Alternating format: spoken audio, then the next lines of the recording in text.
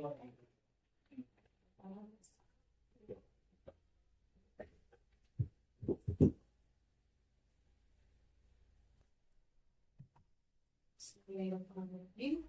Assalamualaikum warahmatullahi wabarakatuh. Kita sampaikan kepada Allah Subhanahu wa Ta'ala karena atas melimpahkan rahmat dan hidayahnya kita semua di sini dapat berkumpul bersama dalam acara diseminasi masalah budaya positif yang akan disampaikan oleh para CGP calon guru penggerak angkatan 11 dan Kabupaten Pahlawan SMK Negeri 1 Pahlawan Provinsi Sumatera Selatan.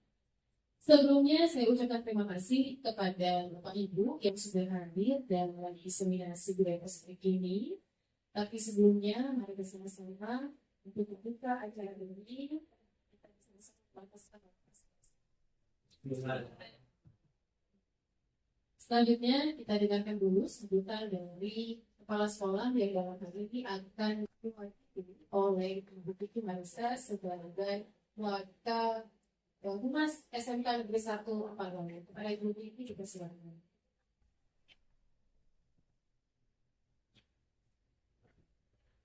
Assalamualaikum warahmatullahi wabarakatuh.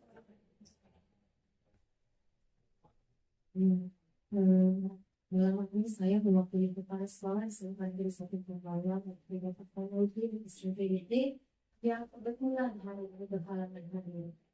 Saya mengucapkan sebelumnya yang saya hormati juga kepada Bapak-Bapak Ibu Guru CGP dan Bapak Lawang yang terima kasih hari ini sudah bisa hadir dalam kegiatan kita bersama.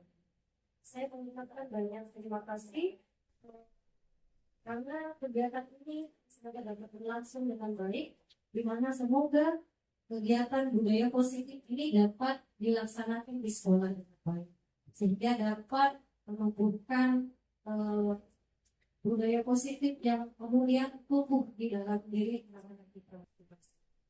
Itu saja yang bisa saya sampaikan. Terima kasih karena sudah bisa hadir dalam kegiatan ini. Assalamualaikum warahmatullahi wabarakatuh.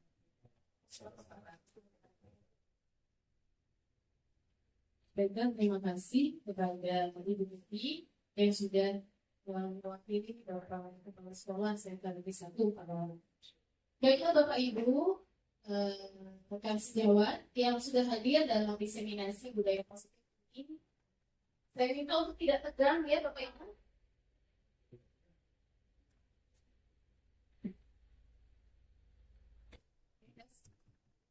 Itu kurang lebih. Sebelum kita mulai acara diseminasinya, paparan pembebasan dari rekan-rekan CGP Angkatan 11 SMK Negeri 1 Pahlawan Kabupaten Pahlawan Provinsi Sumatera Selatan ini, ada baiknya. Jadi sebelum kita berkenalan, boleh Bapak Ibu berdiri semuanya.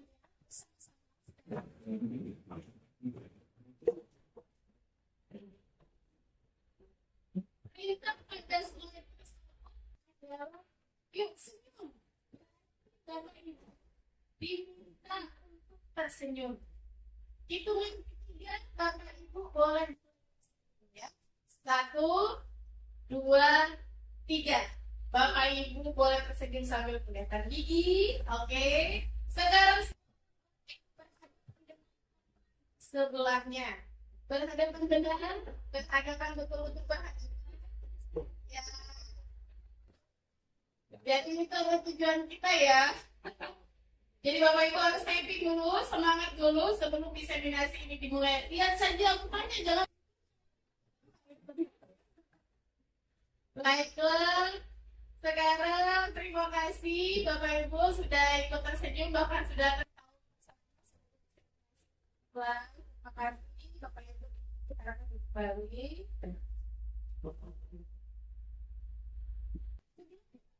Dan memulai diseminasi hari ini masalah budaya positif, izinkan kami CGP Angkatan 11 ini memperkenalkan diri terlebih dahulu kepada Bapak Ibu. Dimulai dari yang paling ganteng, paling tampan di antara kami berempat ini, yaitu Bapak Muhammad Hasan. Ya, semuanya sudah kenal ya, Bapak kurikulum ini ya. Bapak Muhammad Hasan, beliau BCGP angkatan 11 dari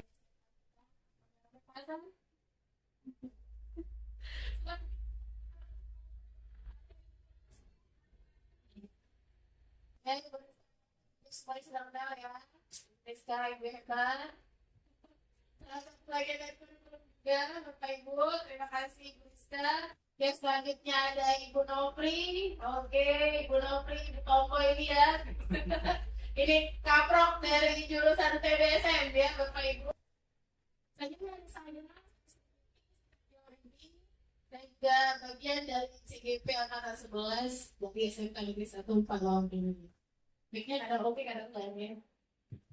Oke, Bapak Ibu, selanjutnya langsung saja kita akan melihat kesepakatan ini. Seperti yang bisa kita lihat bersama, pada poin pertama, saat diseminasi ini berlangsung, pihak siapapun yang ada di dalam ruangan ini bisa menghargai setiap pendapat, setiap kondisi yang sedang berlangsung saat ini. Kemudian, membaik nanti di antara salah satu Bapak Ibu ada pertanyaan yang bisa menerima dan memperhatikan. Begitupun sebaliknya, kemudian berpakaian rapi dan sopan, sudah cantik dan ganteng Bapak Ibu di sini ada ya. Ya, mesti kita ingin berpendapat dan kami akan persilakan dan tenang, ya, tidak boleh tersekus Bapak Ibu ya. Baik, selanjutnya langsung saja kita kepada Bapak yang paling ganteng, Bapak Muhammad Hasan, untuk menyampaikan poin diseminasi pertama. Kepada Bapak dipersilakan. Oke, jelas buat saya Bapak Ibu. Assalamualaikum warahmatullahi wabarakatuh. Pertama saya ucapkan terima kasih kepada Ibu ini yang memberikan kesempatan kita. Bapak Ibu adalah yang saya hormati dulu kepala kita kepala dalam hal ini dimaksudkan bagi kita nanti ujungnya. Oke, yang saya hormati di sini Bapak Ibu yang sudah meluangkan waktu untuk hadir dan kami dalam kegiatan berkaitan dengan yaitu untuk tadi tempat. Kita alhamdulillah Bapak Ibu kepada Allah Subhanahu Wa Taala karena pada hari ini kita masih diberi kesempatan diberi nikmat sehat. Semoga kita semuanya dalam bahagia karena kalau bahagia Bapak Ibu akan menjalankan baik kegiatan. Ya. Bahagia. Nanti terlihat dari segi pajak dan juga kita bisa menunjukkan itu jadi Bapak selalu dan salam pada Nabi kita Muhammad SAW. Bapak Ibu, kami minta diperhatikan dalam waktu 60 menit.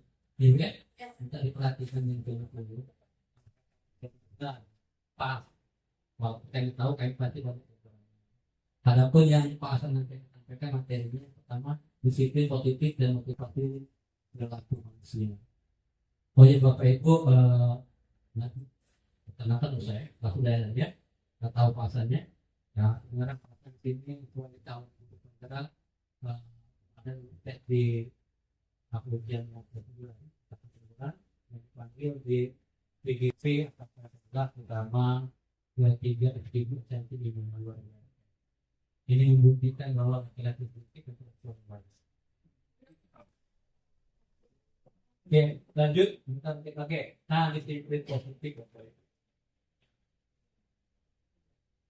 Tentu sekolah kita Bapak Ibu sudah menerapkan disiplin positif pada siswa. Biasanya dalam bentuk peraturan. Kalau kita ada aturan sekolah itu di awal kita pada aturan baru pertama peraturan itu kepada siswa maupun kepada siswa Bapak Ibu. Seringkali kita melihat siswa yang melanggar peraturan ketika melanggar maka kita hukum. Tapi pada saya itu kalau kita melihat filosofi dari pendidikan dan cara hukum itu akan memberikan dampak buruk pada karena nanti contoh ada seorang pejabat, ya kan, karena dia dihukum oleh gurunya sampai dia tua dan guru itu dia meninggal, dia masih ingat guru itu apa, hukuman. Jadi dia ingat guru itu hukuman karena bapak ibu fakta bapak ibu 1000 kali berbuat kebaikan, 1 kali berbuat guru kan yang dikenal orang hanya 1 kali kebaikan. Jadi bapak ibu penting, nanti kita juga punya namanya.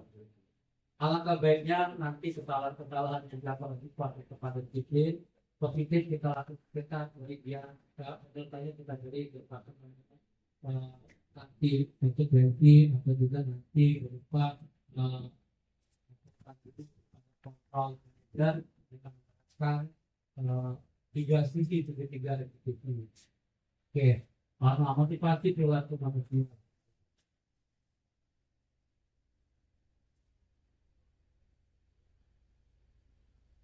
Ya, oke kali kita bawa boleh ya.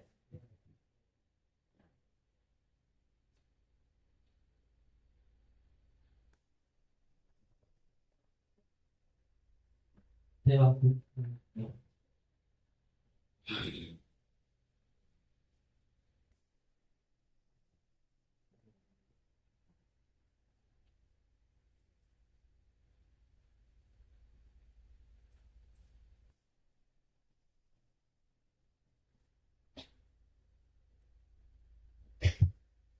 Oke, motivasi perilaku ini ada 2 dengan positif.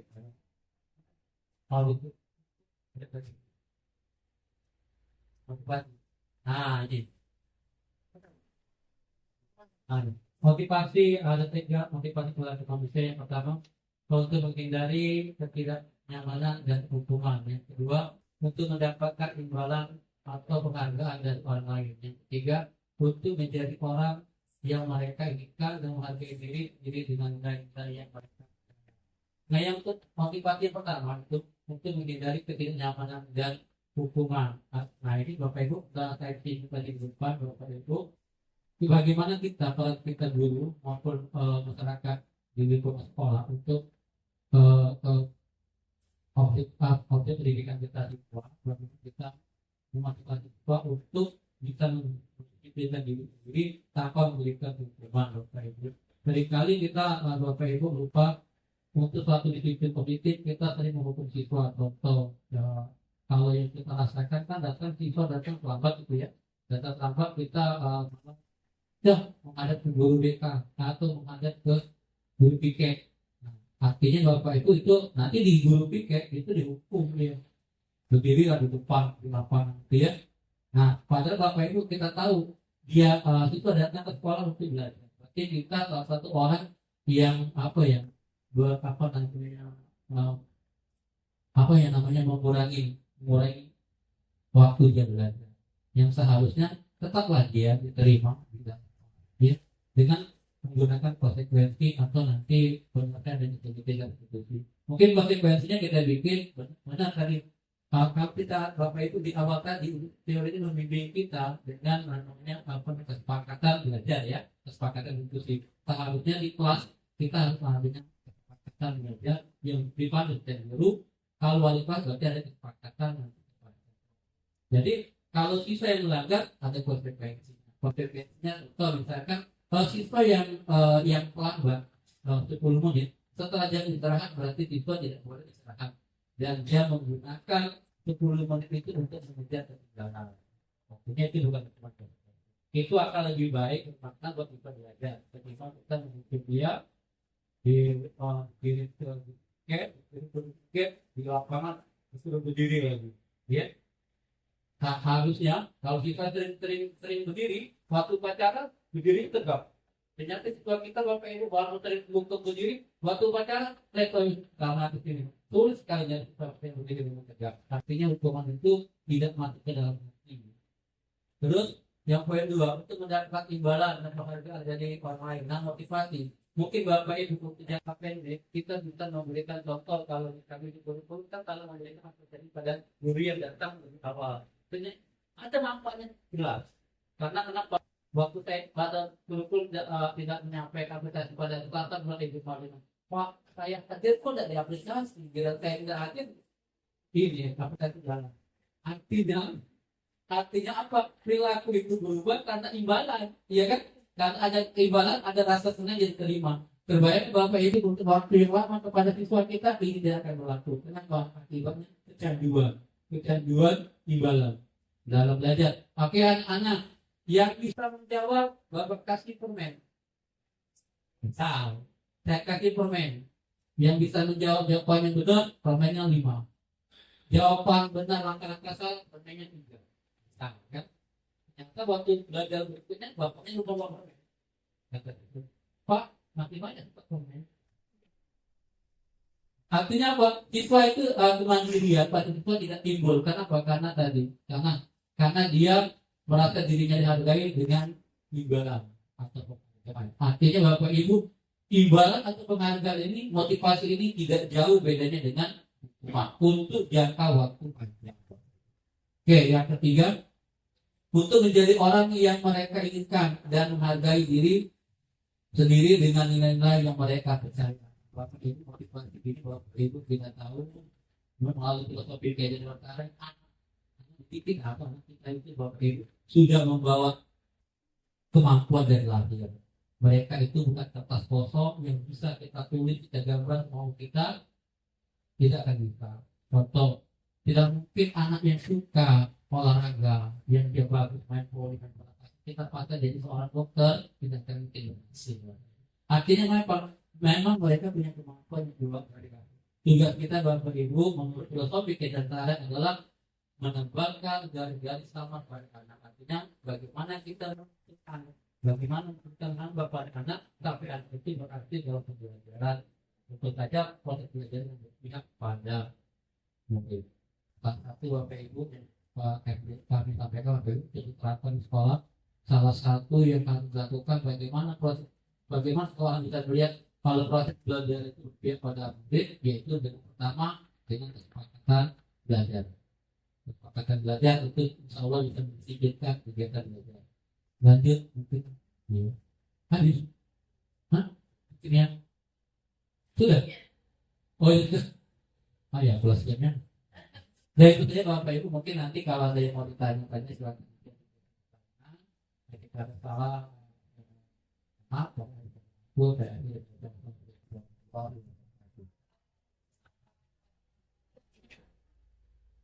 Terima kasih Pak Sesar sudah menyampaikan masalah disiplin positif tadi ya. Selanjutnya untuk posisi kontrol restitusi dan keyakinan sekolah atau kelas itu yang akan saya sampaikan sendiri Bapak Ibu. Boleh lanjut Ibu Lisa. Selanjutnya, jadi ada 5 posisi restitusi. Yang pertama, guru sebagai penghukum. Kedua, guru itu sebagai pembuat rasa bersalah. Yang ketiga, guru sebagai teman. Keempat, guru sebagai pemantau. Dan kelima, guru sebagai manajer. Dari kelima posisi kontrol restitusi, boleh saya tanya kepada Bapak Ibu ya, yang mana yang paling sering Bapak Ibu gunakan sebagai guru dari 5 posisi kontrol ini? Boleh saya tanya kalau Pak Richard bagaimana? Di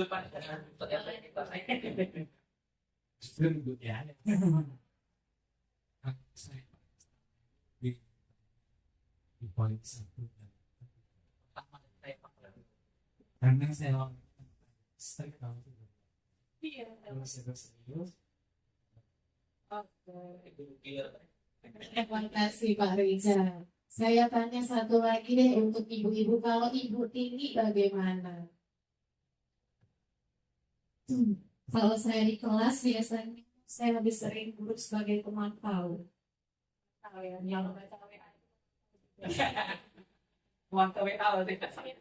Lihat siswa lagi buka WA. Terima kasih Pak Richard, Ibu Nini. Boleh dong tepuk tangan dong untuk Pak Richard dan Ibu Nini ya yang sudah menyampaikan pendapatnya. Jadi dari 5 posisi kontrol ini memang tidak bisa kita pungkiri selama ini dari kelima itu yang dominan, dikuasai posisi kontrolnya oleh seorang guru adalah yang pertama penghukum. Ya, penghukum. Kedua, sebenarnya tahu nggak sih, ibu ini capek udah jadi ibu, urusi anak, urusi suami, tugas ibu di rumah ada, di sekolah ada, sampai sekolah yang kamu begini kamu gak merasa bersalah. Sering gak kita melakukan demikian? Sering. Jadi secara tidak langsung kita membuat si anak ini merasa bersalah. Tapi apakah dari yang pertama penghukum membuat rasa bersalah itu merupakan posisi kontrol terbaik? Ya, itu pertanyaannya. Terus sebagai penghukum itu sudah makan sehari-hari. Saya tidak mengatakan orang lain, mungkin diri saya juga pernah mengambil posisi kontrol sebagai penghukum. Nah, tapi melalui pendidikan guru pembela ini, Bapak Ibu,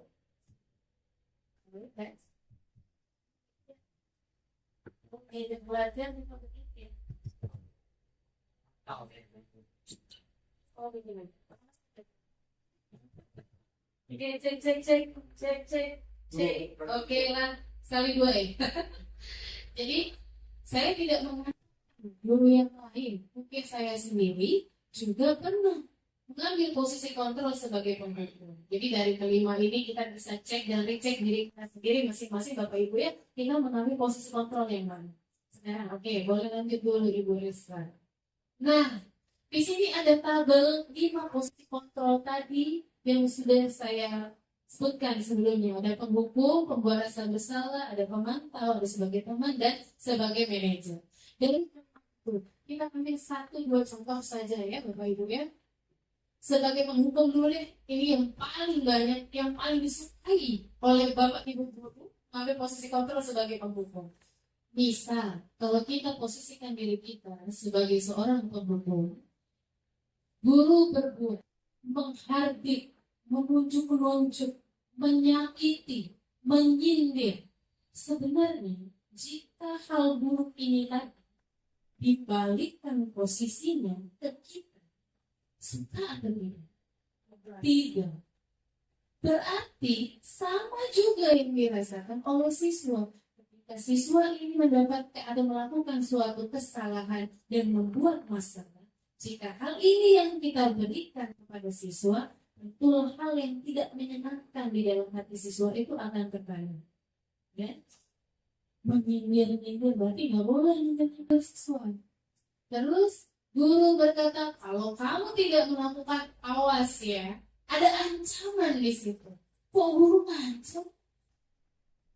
Boleh nggak sebenarnya Bapak Ibu? Sebenarnya nggak boleh. Kenapa? Kenapa tidak boleh? Karena sesuai dengan filosofi pendidikan dari Ki Hajar Dewantara, guru itu harus berpihak pada murid. Bukan berarti murid ini di atas segalanya. Bahkan ada satu statement Ki Hajar Dewantara, menghamba pada murid. Jadi boleh dikatakan posisi murid ini bukan lebih tinggi dari guru. Tadi sudah dibahas sebelumnya oleh Pak Hasan. Murid ini semuanya spesial. Sudah membawa kodrat alam dan kodrat zaman. Murid itu bukan kertas kosong yang semau kita mau kita tuliskan apa saja di situ, tidak. Murid itu sudah membawa sendiri masing-masing kodratnya, baik itu kodrat alam dan kodrat zaman. Tinggal kita lah yang menentukan. Jadi kalau kita memposisikan diri kita sebagai penghukum, tentu hasilnya siswa akan memberongong, menyalahkan orang lain dan berbohong. Balik deh ke masa lalu kita. Saya ajak jalan-jalan dulu ya, praktik dulu nih pikiran Bapak Ibu ya. Saat kita masih kecil, ini yang saya rasakan, nggak tahu kalau pengalaman Bapak Ibu. Saat kita pernah dimarah oleh orang tua kita untuk satu kesalahan, jika kita mengulangi kesalahan yang sama, daripada dimarah lebih baik berbohong. Jadi hukuman ini malah menimbulkan masalah baru. Justru masalahnya akan terus bertambah, tidak ada penyelesaian. Lanjut, kita ambil contoh posisi kontrol yang lain. Sebagai pemantau tadi, Ibu ini ya, sebagai pemantau kalau guru berbuat itu menghitung dan mengukur. Oke, di dalam kelas ini nggak boleh main handphone. Tahu itu tidak boleh. dari jauh sudah memantau sesuai. Aduh itu namanya tidak fokus itu ya. Itu mulai ngantuk yang itu ya. Itu main handphone itu misal. Karena dipantau aja. Tapi apa tindakan yang dilakukan guru tadi sebagai pemantau katanya? Menyesuaikan diri bila diawasi hasil. Dia akan tetap main game. Kalau tidak diawasi. Karena posisi gurunya hanya sebagai pemantau. Tidak mengambil langkah setelah itu apa? Langkahnya menghukum. Ya balik lagi. Jadinya memberontak lah dan lain sebagainya. Nah, terus ada juga posisi kontrol selanjutnya itu contohnya ada manajer. Nah, ini yang diharapkan sebenarnya Bapak Ibu ya, dari setiap pendidik, dari setiap guru diharapkan mengambil posisi kontrol sebagai manajer. Mulai guru sekarang di guru sebaiknya. Nah, dari kelima posisi kontrol tersebut sebaliknya paling baik, paling ideal adalah posisi kontrol seorang manajer. Mengapa? Kita lanjut. Sebagai manajer, guru dapat berbuat sesuatu bersama murid, mempersilahkan murid bertanggung jawab dan mendukung murid agar dapat menemukan solusi. Posisi kontrol manajer ini bisa kita lakukan jika masalah yang dihadapi oleh murid dalam kelas yang kita kontrol dengan memecahkannya itu menggunakan segitiga restitusi. Nah, bagaimana menjalankan segitiga restitusi sebagai manajer itu nanti teman saya yang akan melanjutkannya. Ya, jadi pemecahan masalah itu ada tahapannya, Bapak Ibu. Gak seketika kita menemukan masalah, kita marah, lalu kita menyuruh anak keluar kelas, menghukum mereka, padahal anak itu punya hak untuk belajar. Berarti kita mengambil hak. Ya kan? Kalau kita punya hak mengajar, maka mereka juga punya hak belajar. Nah, lanjut dituliskan. Nah, selain itu, posisi manajer ini mengacu pada restitusi yang dapat menjadikan murid sebagai manajer bagi dirinya sendiri. Jadi dia bisa mengatur dirinya sendiri ya, sehingga dapat tercipta identitas positif pada diri murid. Ini yang diharapkan. Walaupun dalam implementasinya, dalam realnya, kenyataannya, tentulah kita menemukan berbagai kendala, berbagai tantangan. Tapi ingat, tantangan itu memacu, bukan malah kita mundur. Ya Bapak Ibu, tantangan itu pasti ada karena regenerasi siswa itu harus terus berlangsung dan berubah. Ya, berubah ke arah yang lebih baik. Jadi dari dianya kebiasaan buruk berubah menjadi kebiasaan baik. Tentu saja ini tidak bisa dilakukan sendiri Bapak Ibu ya. Harus ada kolaborasi dengan semua yang ada di dalam lingkungan sekolah. Baik itu rekan sejawat, kepala sekolah, siswa, keamanan, semuanya yang ada di lingkungan sekolah tanpa terkecuali harus berkolaborasi. Oke, selanjutnya selesai sudah materi ketiga dan keempat yang sudah saya sampaikan tadi. Kita SDG dulu. SDG ini akan dipandu oleh Ibu Ariska nanti. Kembali Ibu, dipersilakan. Ya, baik Bapak Ibu, kita SDG sebentar. Posisi berdiri ya. Berdiri, oke. Silakan Bapak Ibu berdiri sebentar. Tolong ikuti instruksinya apa yang saya katakannya. Oke, ikuti apa yang saya katakan. Dengan gerakan tangan. Tolong pegang hidung. Oke, pegang kepala. Oke, sudah mengerti ya instruksinya Bapak Ibu? Ya, kita mulai ya. Apa rumahnya kalau salah tidur ini? Dapat pernah? Gak tahu silakan mencicipi kuenya. Oke, kita mulai ya. Konsentrasi Bapak Ibu, pegang mata. Pak beratnya salah. Oke, lanjut ya. Pegang telinga. Itu konsentrasi. Hidung. Oke, Oke, Ibu uji kurang konsentrasi. Satu kali lagi, Bu Marlina kelihatan dari sini. Oke, pegang dagu. Oke, terima kasih Bapak Ibu. Kita segera sudah ada lagi.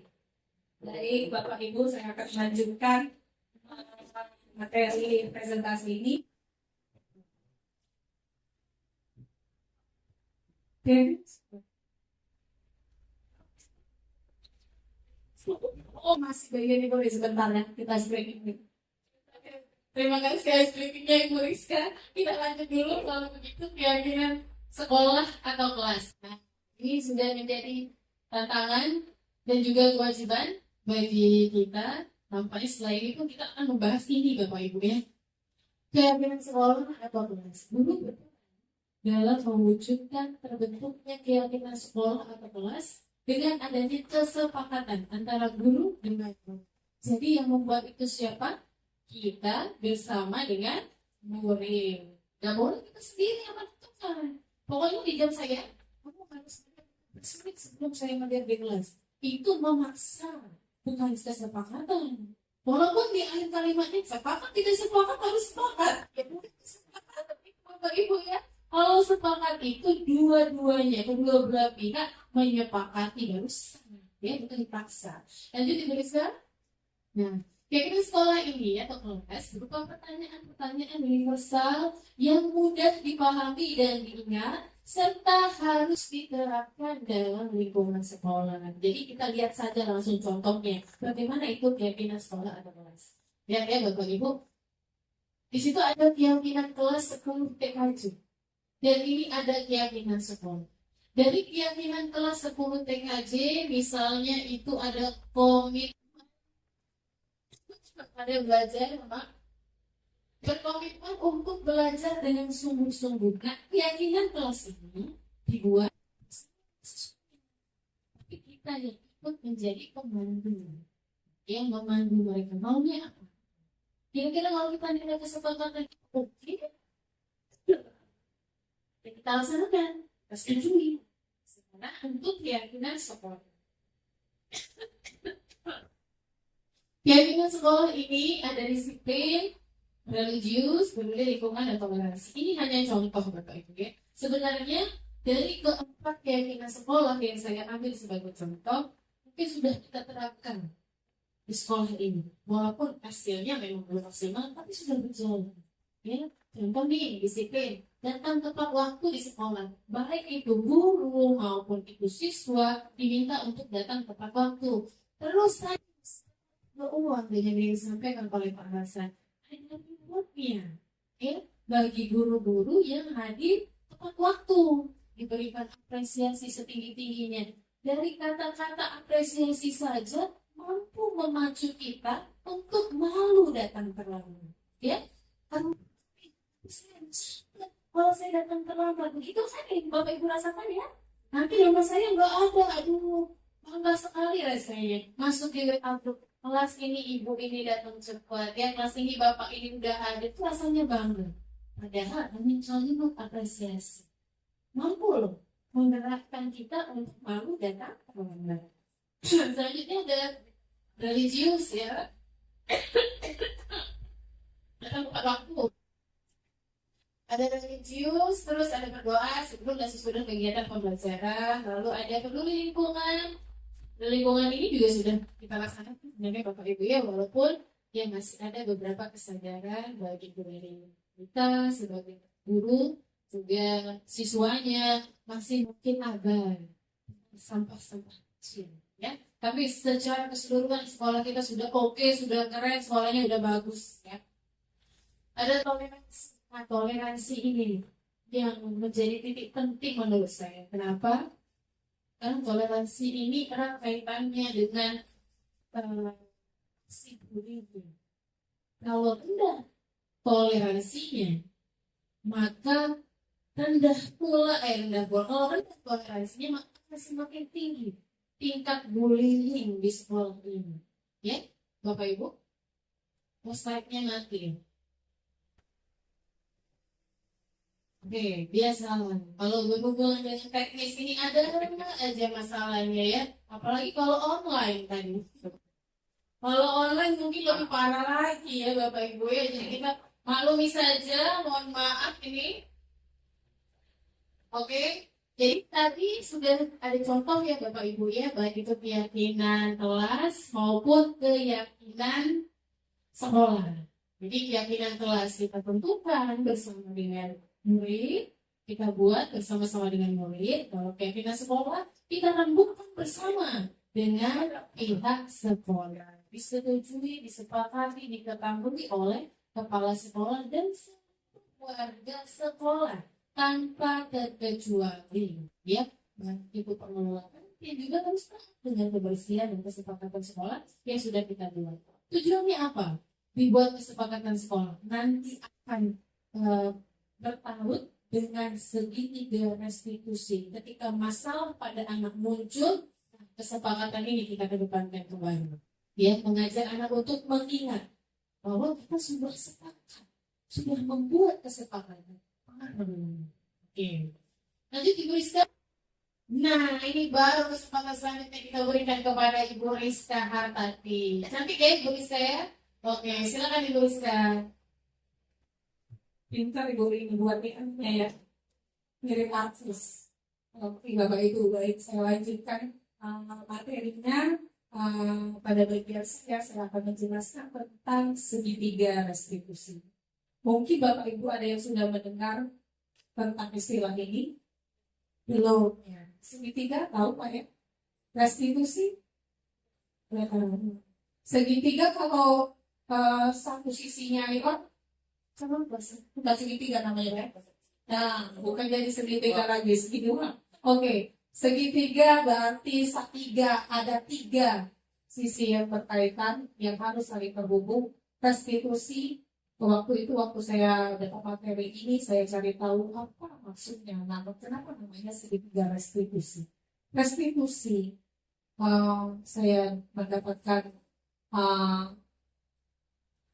artian bahwa restitusi itu mengembalikan keadaan seperti semula.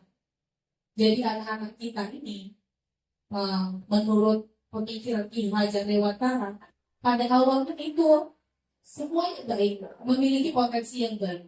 Tetapi ada hal-hal yang melatar belakangi mereka melakukan sesuatu kesalahan di dalam kelas atau di sekolah.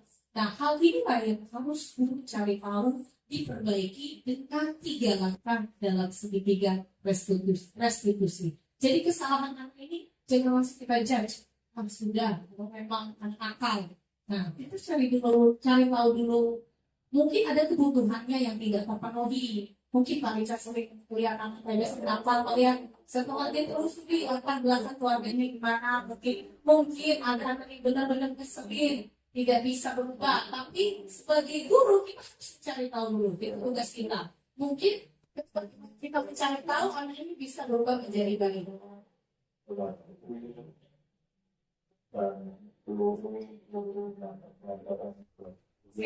Tahapan segitiga restitusi yang pertama ada 3 tahapan, yaitu menstabilkan identitas yang pertama, yang kedua validasi tindakan yang salah, kemudian yang ketiga yaitu menanyakan keyakinan. Oke, kita langsung ke bagian yang pertama, menstabilkan identitas. Jadi pada segitiga restitusi ini kita berlaku mungkin sebagai coaching ya, mungkin konseling bagaimana di kelas mungkin ketika siswa mengantuk, terus kita perhatikan mengantuknya setiap hari, setiap pelajaran kita. Nah, baru kita panggil anak ini, kita tanyakan terlebih dahulu. Nah, jangan langsung kemarin ngantuk terus mereka ya. Nah, langsung kita hukum. Nah, itu tadi mengambil posisi kontrol sebagai penghukum. Nah, di sini ketika kita bertindak tadi sebagai manajer, kita cari dulu. Ditanya dulu anaknya, tahu kenapa kamu ibu panggil, tahu kenapa bapak panggil kamu. Jika dia menyadari, alhamdulillah. Tapi ketika tidak tahu, kita pancing dulu anak ini. Kenapa ibu panggil kamu? Biasanya kalau tidur tidak memperhatikan dan ketinggalan pelajaran, tugas tidak mengerjakan. Jika teguran sudah disampaikan di kelas, tetapi anak tetap seperti itu, baru kita panggil tadi. Dan kemudian kita stabilkan dulu identitasnya sehingga dia tahu bahwa hal itu salah. Tidur di kelas itu salah. Dan ketika dia tahu itu salah,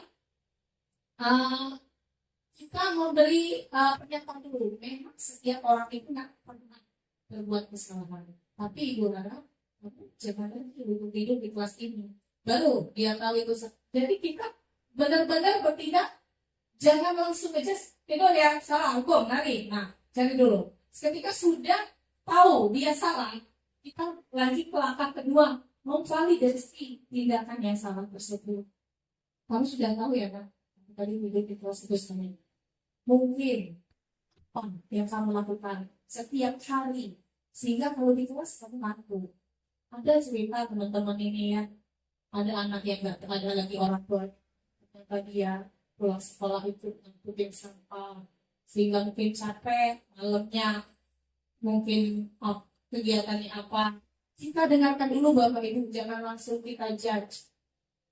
Sudahlah, berarti kalau tidur di kelas salah. Kita validasi dulu perasaan dia.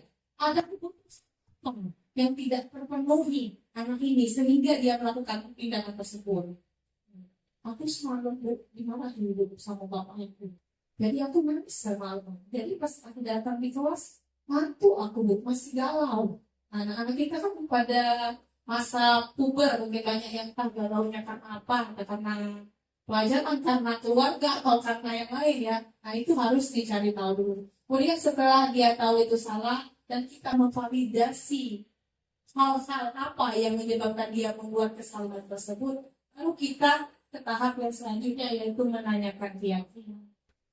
Kita sudah menyepakati sebelumnya di kelas tentang hal-hal yang tidak boleh dilanggar di dalam kelas atau di dalam pelajaran kita. Jadi pada saat itu kita menanyakan, jadi menurut kamu tindakan yang kamu lakukan salah sesuai atau tidak dengan keyakinan kelas yang sudah kita kesepakati. Mungkin dia akan menjawab, ya Bu, tidak sesuai karena saya jadi tidak memperhatikan pelajaran. Nah kemudian setelah dia tahu itu salah, dia tahu apa keyakinan kelas yang dia langgar, baru kita menjadi solusi ya, tapi dari anak tersebut dulu. Jadi menurut kamu bagaimana jika nanti upaya kamu agar kamu tidak mengantuk lagi di kelas?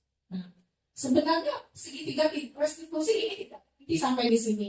Kita harus konsisten itu.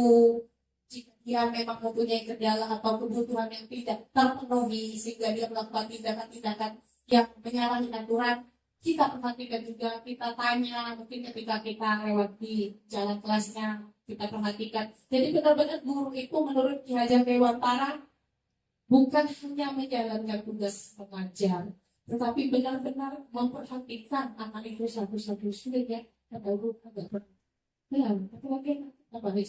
Tapi saya sering menghadapi anak-anak yang nakal, itu memang yang sulit diubah. Tapi ketika kita dapat anak yang awalnya nakal tadi jadi baik, rasanya itu senang. Aku sudah pernah ketemu dari anak yang gitu. Ternyata ada yang latar belakangi dia melakukan tindakan itu, akhirnya bisa baik. Dan kalau yang sudah memang kita upayakan yang dia betul ya, mungkin itu hanya. Ya kalau yang ini kita upayakan dulu. Makanya namanya segitiga restitusi. Berupaya, mengupayakan anak ini baik ke keadaan semulanya. Nah, sekarang dengan Ibu Nopri kami persilakan.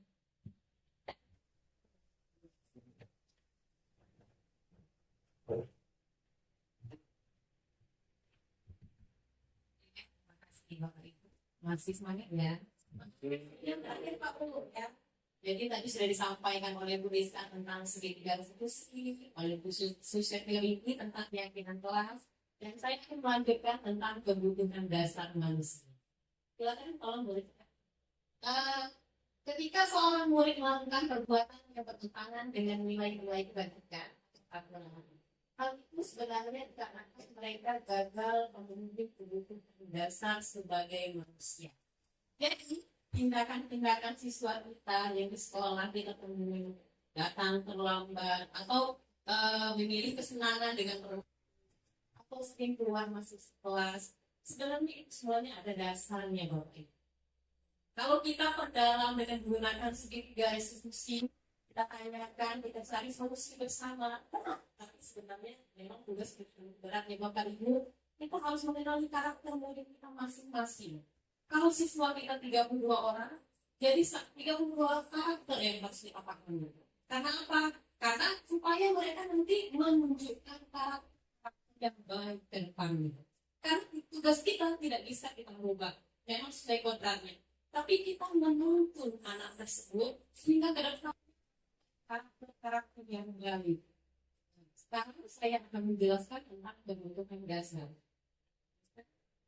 5 kebutuhan dasar manusia bertahan hidup. Bertahan hidup di sini seperti ini Bapak Ibu. Ketika di kelas mungkin ada anak yang merebut makanan temannya atau secara ini mengambil dengan tidak memohon izin. Nah, ini bisa jadi kalau kita ya bukan makan di rumahnya bisa jadi tidak tersedia atau tidak terpenuhi kebutuhan pokok untuk makan. Makanya kita bisa jangan langsung menjadi siswa itu kamu mencuri, kamu ambil orang rumahmu, tidak. Tapi kita telusuri dulu bagaimana, apa penyebabnya, sehingga nanti ke depannya lambat laun dengan kebiasaan seperti itu nanti menumbuhkan karakter yang baik tadi. Karena kan manusia itu berpikir, jadi kita sebagai guru menuntunnya. Selanjutnya, kasih sayang dan rasa diterima. Di sini dengan yang yakin, ada yang menunjukkan sesuatu yang bisa lebih dari kawannya. Nah, mungkin di sini dia belum diterima di rumah, jadi ganggu temannya, jadi merasa jadi perhatikan oleh teman. Makanya dia melakukan hal yang seperti itu. Selanjutnya, mungkin di sini dulu pernah ada kasus kita siswa yang sering minta uang sama temannya. Nah, dia kan menindas yang bagian yang bisa ditindas, yang uangnya. Nah, di sini siswa tersebut kalau kita katakan sebenarnya penguasaan tadi, kalau dengan memiliki karakter yang baik, bisa jadi kedepannya jadi pemimpin yang hebat. Karena di sini ada penguasaan, dia pengen temannya tunduk pada dia. Penguasaan itu hal-hal yang negatif yang dilakukan tadi. Selanjutnya ada kebebasan. Di sini kelas siswa ini serasa uang masuk ya. Nah di sini siswa ini butuh kebebasan. Jadi bisa jadi kita merubah pembelajaran kita. Bagaimana siswa ini tidak usah menunggu di kelas. Bisa diajak keluar. Kalau kami DDMP mungkin harus banyak laki. Karena laki ini tidak bisa dituntut duduk pinggang rapi, tidak. Karena harus ada kegiatan, makanya dia bosan di kelas. Itu kebebasan. Selanjutnya kesenangan. Kesenangan di sini mungkin dia membuat hal yang aneh-aneh sehingga teman-teman yang lain tertawa. Jadi di sini dia merasa menimbulkan kesenangan atau mengganggu teman yang lain. Jadi timbul rasa senang karena tadi teman-teman yang lain tertawa. Jadi yang lain senang nih. Jadi dia juga senang. Makanya 5 kebutuhan dasar inilah Bapak Ibu yang mampu, yang kita pahami untuk untuk membentuk karakter yang lebih baik dari depan. Bapak Ibu ini adalah kasus.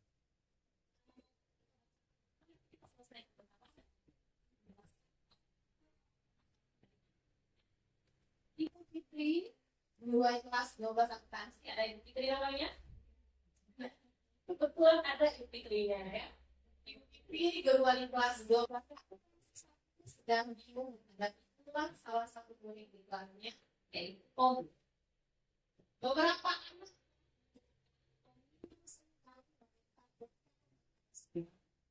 dengan paksa. Jika Anda menghadapi situasi seperti ini, menurut Anda kira-kira alasan Tom melakukan hal tersebut. Kira-kira Bapak Ibu, berdasarkan kasus tersebut, Tom ini kenapa? Dalam kepenuhan kebenaran dasar bongkar manusia tadi ada 5 tadi. Maksudnya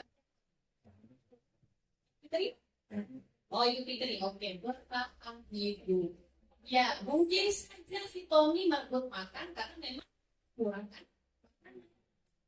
Jadi sekarang ini dia mungkin langsung merebus saja dengan tindakan yang salah ya. Langsung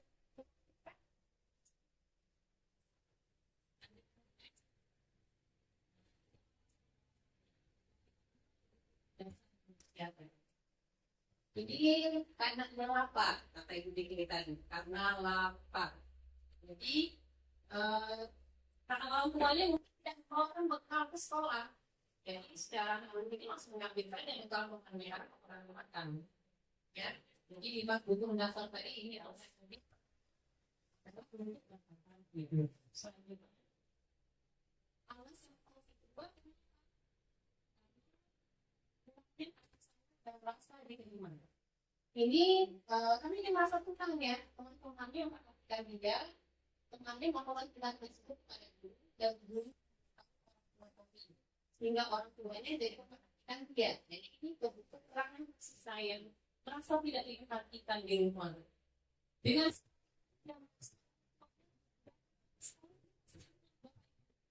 jadi kasus ini malah lebih dan oh ternyata ada yang memang membutuhkan kasih sayang orang tua, yang pengen diperhatikan orang tuanya di sekolah, yang pengen didatangi orang tuanya di sekolah, yang negatif tadi, yang menunjukkan kasih sayang. Selanjutnya alasan Tommy yang ketiga, karena puasa di sini, karena Tommy tadi merasa takut, karena temannya merasa takut dengan sehingga menuruti keinginannya dasar puasa. Jadi di sini dia kan menindas temannya. Jadi ngambil kesempatan kira-kira temannya ini bisa nih ganti. Ini bisa ketindas ini. Pasti orangnya dipilih juga pakai ini. Jadi di sini dia merasa ada puasa. Kan dia melakukan hal negatif. Ini. Selanjutnya alasan ini karena kebebasan bisa dilakukan sebagai kata itu karena dia merasa bosan dengan bekal yang dibawakan oleh ibunya dari rumah. Dia selalu membawakan bekal makan yang sama setiap harinya. Jadi ini pelajaran bekal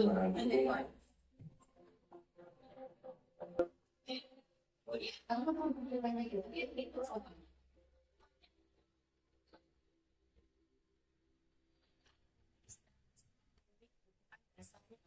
Kebebasan. Ini berarti dia bosan. Dia bekal-bekal yang bawa ke itu terus. Yang dibawa itu terus. Kita saja bosan bapak itu. Apalagi anak. Jadi kita gerak pelajaran kita untuk anak kita. Dia menimbulkan sifat kebebasan itu karena adanya perihal-perihal yang menyebabkan dia melakukan hal negatif tersebut. Selanjutnya, oke, itu tadi sudah kasus dari si Tommy, Bapak Ibu ya, kasus dari Tommy. Jadi tugas kita sebagai pendidik Bapak Ibu, kita harus memperhatikan, mengenali sifat dari karakter dari anak didik kita, sehingga apa yang dia lakukan di kelas yang bermasalah itu pasti ada solusinya. Jadi solusinya bisa diselesaikan bersama, bisa menggunakan segitiga resolusi, atau kita buat dengan kelas kita pertama kali apa tentukan dulu. Jadi supaya siswanya, oh ini seperti tadi sudah kami buat. Jadi aku harus nanti sampai akhir keyakinan kelas itu harus diyakini secara bersama. Kemudian kalau ada masalah-masalah diselesaikan dengan resolusi. Oke, terima kasih Bapak Ibu perhatiannya. Kita lanjutkan ke itu sesuai kira dulu. Terima kasih Ibu Nofri. Terima kasih Ibu Nofri ya. Terima kasih Bapak Ibu yang sudah hadir. Sebelum kita budaya positif ini Bapak Ibu, mari saya berikan kesempatan nih kepada rekan sejawat yang hebat super ini untuk memberikan pertanyaan atau unek-unek apa yang dari diseminasi ini yang mungkin juga merasa pernah nih berada di posisi itu, boleh Bapak Ibu tanyakan langsung kepada rekan-rekan di depan ini ya. Kami persilakan kepada Bapak Ibu yang ingin mengajukan pertanyaan. Sudah siap sekali. Silakan.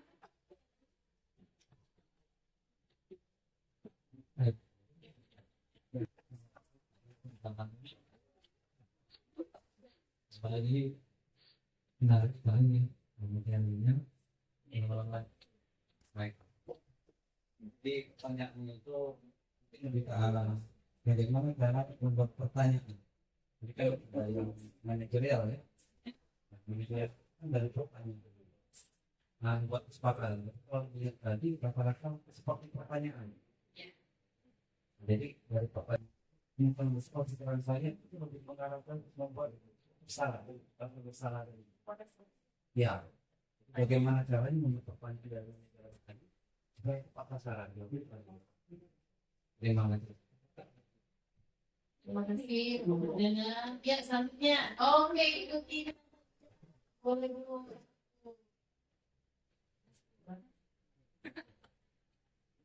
Oke. Jadi itu. Waalaikumsalam. Saya sampaikan dulu. Kemudian kami cara menganalisis. Keyakinan itu kan dibuat siswa ya. Bagaimana caranya ke depan? Sebelumnya, apakah dalam keyakinan itu ada sanksi di dalam siswa itu dibuat misalnya tidak boleh itu, terus ternyata di kemudian hari dilakukan oleh siswa, apakah itu ada sanksi? Ya, kemudian yang kedua, kalau tidak ada sanksi, ada pembahasan. Buku sebagai buku periode anak gitu ya, ada emang itu bahasa saya yang ini beda. Gue ini pasang.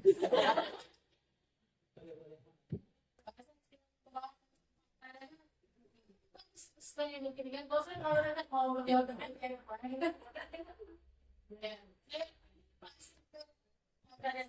baiklah, langsung saja pertanyaannya bagus sekali Ibu Tini. Berarti Ibu Tini menyimak sekali asimilasi dari awal hingga akhir. Sehingga beri informasi pertanyaan itu bisa kan ya? Untuk saya rasa pun begitu dengan Ibu yang di belakang kan?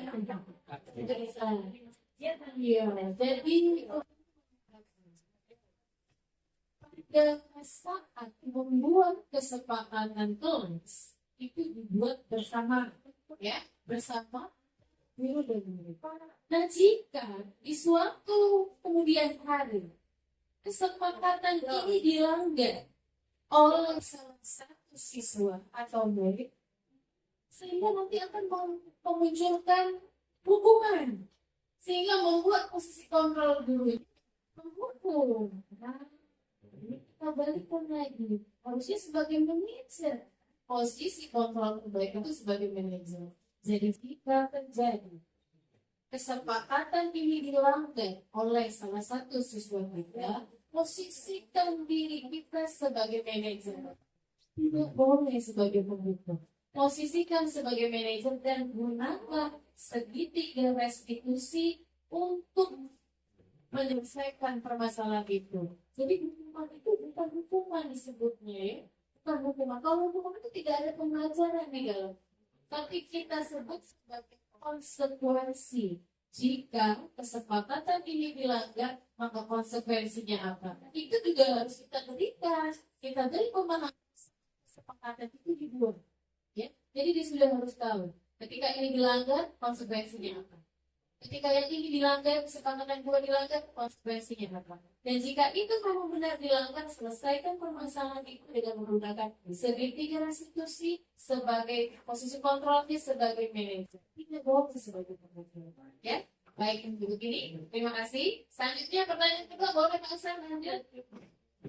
Terima kasih. Pertanyaan luar biasa sekali. Tapi Bapak untuk menjawab pertanyaan itu kita di dalam kelas kita harus betul-betul kita memfasilitasi siswa atau murid untuk menyusun namanya kesepakatan. Karena nanti kan kita akan bertanyakan kesepakatan lain yang kita lakukan. Oke, sebagai dulu sebagai titik kontrol manajer atau menggunakan tiga sisi pada tiga definisi yang terdiri apa namanya kita tidak salah dan lain-lain. Untuk yang poin pertama bahwa menstabilkan identitas ini kita mengajar siswa desain bermasalah kita ada dalam ketentuan membuat siswa lebih tenang. Ketika kita panggil takut ya, kita tenangkan dia, kita tanya mintakan bahagian tadi yang kata itu tadi mencuri makan tadi ya, makan banyak makan lagi. Apa kabar kamu pagi hari ini? Baik Pak. Lama tidak ketemu kamu pagi hari ini. Ada ketemu kamu. Ya Pak. Apa kamu punya bapak itu apa? Stabilkan diri dulu. Kan beban kita itu apa? Oke, katanya Bobby, apa yang kamu lakukan terhadap misalkan di uji yang paling Bobby, apa yang kamu lakukan yang mantap pada itu Pak? Saya mengalami uji. Nah, berarti kan di sini kan ada namanya pengakuan siswa yang benar. Tapi siswa kan fakta dia itu yang penting bukan itu. Nanti kalau ditanya Bang ngajar saja Bapak Ibu ada duta dan proyek kita itu. Bapak jangan sampai ada duta dan proyek kita apa ini. Namanya nanti tidak begitu ulama nol. Dan jadi kemampuan duta itu lebih tinggi kepada jujur. Nah, bagaimana kita membuat supaya jujur dengan menstabilkan emosinya.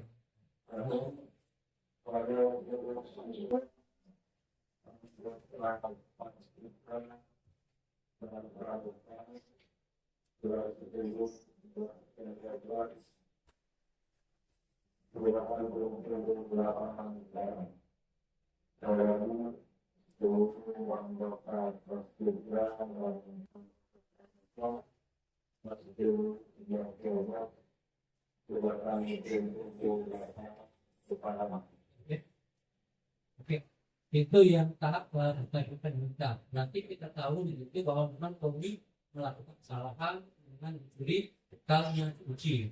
Terus tahap yang kedua memvalidasi tindakan yang salah. Nah di sini kita pernah apa yang akibat dari kesalahan dia, ya kan? Mungkin Pak ternyata saya tadi uji tadi melapor dengan Ibu Ustaz. Ternyata dari kali marah-marah saya kan emosi. Mungkin kami emosi dari berkata si uji. Maka kita tanyakan, terus apa yang kamu lakukan dengan uji setelah uji melaporkan kamu? Bapak dan buta dia ada kawan, kan memalukan saya, akan tahu seperti itu. Artinya di sini ada untuk kesalahan dari komen akibat perbuatan hal itu tadi berdampak pada kesalahan yang kedua, ya kan?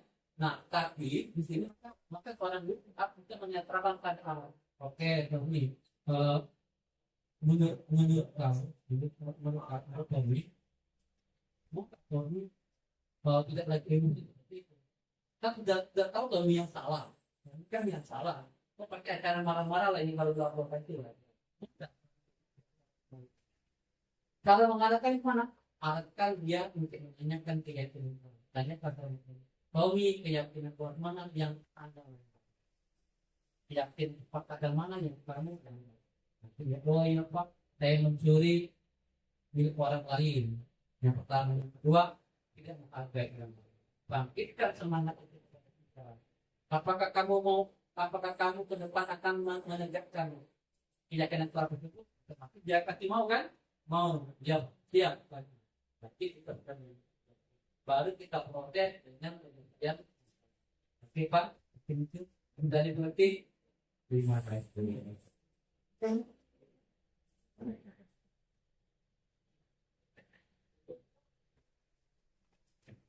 Oke, terima kasih Pak Hasan juga rekan sejawat lainnya yang sudah bersedia hadir pada diseminasi budaya sosial ini aksi nyata kami berempat. Kami ucapkan terima kasih Bapak Ibu ya, sekali lagi semoga diseminasi ini, pembebasan ini bisa berdampak pada posisi kontrol kita sebagai guru bisa berubah ya menjadi posisi kontrol manager, dan juga kita bisa menerapkan segitiga restitusi dalam memecahkan masalah yang kita hadapi sendiri, terutama pada siswa-siswa. Baik Bapak Ibu, saya harap ini bisa bermanfaat bagi kita semua. Semoga kita bisa bergerak, terus bergerak dan saling menggerakkan ya. Akhir kata, terima kasih. Wassalamualaikum warahmatullahi wabarakatuh. Waalaikumsalam.